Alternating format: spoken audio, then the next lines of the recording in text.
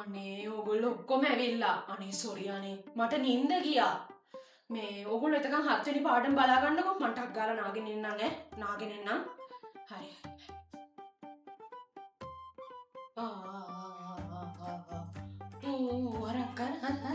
අර අක්කා hina වෙනවා. අයියෝ ලැජ්ජාව බෑ. මේක ගන්න පුතේ. නැත්නම් අක්කට කවනවා. අක්කේ කන්. චෝයි පුතා. චෝයි අනේ මගේ මැනික. ඔන්න මං ආයේ කවන අක්කට නැත්තම්. හරි. දැන් ඔක්කොටම මේක තේරෙනවද? හොද්ද ලිපේ තියලා ආවේ. මේ ඕගොල්ලෝ එනවා ටික බලා ගන්න. මං ටක් ගාලා හොද්ද බලලා එන්නම්.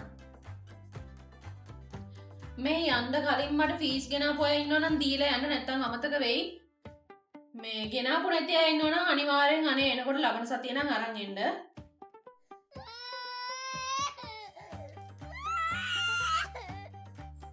පුතේ යන්නකො කාමරේට. අම්මා එන්න.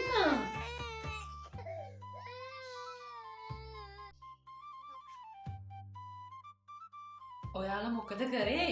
අනේ බලන්නකෝ අනේ අපේ අක්කලා ඇවිල්ලා. ඒකයි මං එන්න පරක්කුනේ. ඔයාලා වැඩ ටික කරගත්තා නේද?